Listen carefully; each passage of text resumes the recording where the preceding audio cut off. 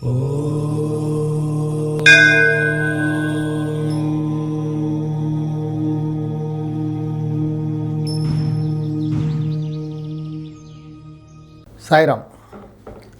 విశ్వకర్మ వాస్తు YouTube channel స్వాగతం. నేను మీ విశ్వకర్మ.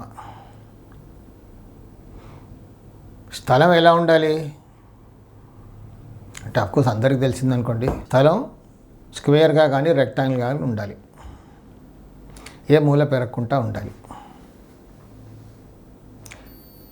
దక్షిణంలో గొయ్యి ఉండకూడదు, పశ్చిమంలో గొయ్యి ఉండకూడదు, ఉత్తరంలో ఎత్తుగా ఉండకూడదు, పశ్చిమంలో ఎత్తుగా ఉండకూడదు అన్నది ఇవన్నీ ఫండమెంటల్స్. కొన్నిసార్లు కొన్ని ప్లాట్లో ఏదో మూల పెరిగి ఉంటుంది, నైరుతి పెరిగి ఉంటుంది, లేదా పశ్చిమ నైరుతి పెరిగి ఉంటుంది, పశ్చిమ వాయువ్యం పెరిగి ఉంటుంది, ఉత్తర వాయువ్యం పెరిగి ఉంటుంది, దక్షిణాగ్నేయం పెరిగి ఉంటుంది, దక్షిణ నైరుతి పెరిగి ఉంటుంది. ఇలా పెరిగిన ప్లాట్లు కూడా కొంటూ ఉంటారు, లేదా పెరిగిన ప్లాట్లు కట్టుకొని ఉంటారు. ఎప్పుడో ఇంటికి ఉత్తర ఈశాన్యమో లేకపోతే తూర్పు ఈశాన్యమో లేకపోతే ఈశాన్యం పెరిగి ఉండాలి అనేది ఫండమెంటల్ ప్రిన్సిపల్. అలా పెరిగి ఉంటే మంచి ఫలితాలు ఉంటాయి. ఈశాన్యం పెరిగింది, అటు నైరుతి కూడా పెరిగింది అనుకోండి, అన్నీ ఉంటాయి కానీ అనుభవించే అదృష్టం ఉండదు. అక్కడ ఏమనుకుంటుంటారంటే ఈశాన్యం బాగా పెరిగింది, మాకు ఈశాన్యం ప్లాటే, ఉత్తరంలో ఒక రోడ్డు తూర్పులో రోడ్డు ఉంది, ఈశాన్యం పెరిగింది, కొంచెం నైరుతి కూడా పెరిగిందండి అని కాంప్రమైజ్ అవుతుంటారు. అలాంటి వాళ్ళలో అన్నీ ఉంటాయి, అష్ట ఐశ్వర్యాలు ఉంటాయి, కానీ అనుభవించే అదృష్టం ఉండదు. పొద్దున్న లేవగానే టాబ్లెట్స్ మింగాలి. అలాంటి పరిస్థితితో బాధపడుతుంటారు. కొంతమంది పెరిగిన స్థలాన్ని కరెక్ట్ చేస్తారు, శాస్త్ర ప్రకారంగా కరెక్ట్ చేసి వదిలేయాలి. తూర్పు ఆగ్నేయం పెరిగింది అనుకోండి, వదిలేయాలి. అంటే తూర్పులో రోడ్డు ఉంటే తూర్పు ఆగ్నేయం పెరిగితే రోడ్లోకి వదిలేయచ్చు. కానీ ఉత్తరంలో రోడ్డు ఉంది, తూర్పులో ఒక నేబర్ ఉన్నాడు, తూర్పు ఆగ్నేయం పెరిగింది, ఇప్పుడు ఏం చేయాలి? వదిలేయాలి. వదిలేస్తే పక్కవాడు కూడా వద్దంటున్నాడు, అప్పుడు ఏం చేయాలి? మనం ఒక గోడ కట్టేసుకొని కరెక్ట్గా చేసుకుని యాంగిల్ మిగతా స్థలాన్ని అలా ఖాళీగా వదిలేసేయాలి. అది నో మ్యాన్స్ ల్యాండ్. అవే లేదండి చాలా డబ్బులు పెట్టుకున్నాం, ఎలా వదిలేస్తాం? చిన్న గోడ కట్టుకుంటాం, దాంట్లో మొక్కలు పెట్టుకుంటాం, తప్పేముంది అని అలా చిన్న గోడ కట్టుకుంటారు. ఆ గోడ దాటేసి ఆ మొక్కలు పెంచుతూ ఉంటారు. దానివల్ల ఫలితం ఉండదు. కాంపౌండ్ వాల్ 4.5 ఫీట్ పశ్చిమం కంటే కొంచెం తక్కువ లెవెల్లో కట్టుకొని ఆ స్థలాన్ని అలా వదిలేయాలి. దాంట్లోకి వెళ్ళకూడదు మనం ఎట్టి పరిస్థితుల్లో. చిన్న గేట్ కానీ, కొంతమంది గోడ కట్టేస్తారు, 4 ఫీట్ 5 ఫీట్ గోడ కట్టే చిన్న గేట్ పెట్టుకుంటారు. అప్పుడు ఊరికే మొక్కలు నిలబడడానికి వెళ్తామండి, మాదే కదా స్థలం, ఎలా వదిలేస్తాం? కానీ దానివల్ల ఫలితం అంటూ ఉండదు.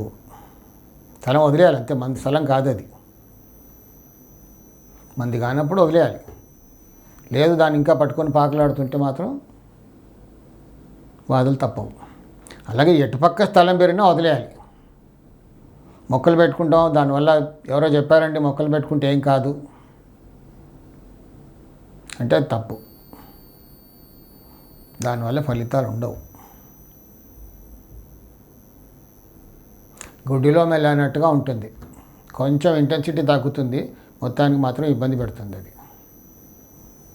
ఎప్పుడైనా పెరిగిన స్థలాన్ని కంప్లీట్గా వదిలేస్తేనే సంపూర్ణమైన ఫలితాలు పొందుతారు, లేకపోతే చాలా ఇబ్బంది. కొంతమంది నైరుతిలో స్థలం వదిలేసి దాంట్లోకి వెళ్తూ ఉంటారు, చాలా బాధపడుతుంటారు.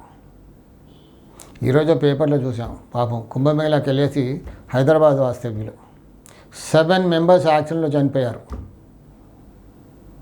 చక్కగా పుణ్యం వస్తుందని గంగానదిలో మునిగేసి వచ్చారు. వస్తూ దారిలో యాక్సిడెంట్ అయ్యి 7 మెంబర్స్. ఊహించండి. అంటే ఇది ఎందుకు చెప్తున్నానంటే అక్కడ నైరుతి దోషం, ఈశాన్య దోషం ఉంది ఆ ఇంటికి. ఉంటేనే ఒక్కసారి అందరూ పోయారు. అంటే ఇన్నాళ్ళు బాగానే ఉన్నారు కదా.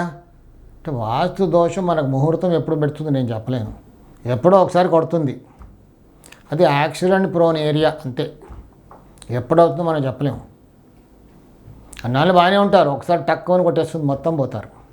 ఇప్పుడు ఎంత ఘోరం జరిగింది చూడండి. 7 పోయారండి, 7 ప్రాణాలు. పాపం పుణ్యం వస్తుందని ప్రయాగరాజ్కి వెళ్ళి నదిలో మునిగేసి వస్తూ ఉంటే ప్రాణాలు పోగొట్టుకున్నారు. ఎంత బాధ. అక్కడ ఈ దోషం నైరుతి ఈశాన్య దోషం ఉంది కాబట్టి అలా జరిగింది. కాబట్టి మన స్థలాన్ని దోషం ఉన్నప్పుడు సవరించుకోవాలి, సవరించుకున్నాక వదిలేయాలి. గోడ కట్టేసుకొని అందులోకి వెళ్ళకూడదు. అప్పుడే సంపూర్ణమైన ఫలితాలు ఉంటాయి. సాయి రక్ష.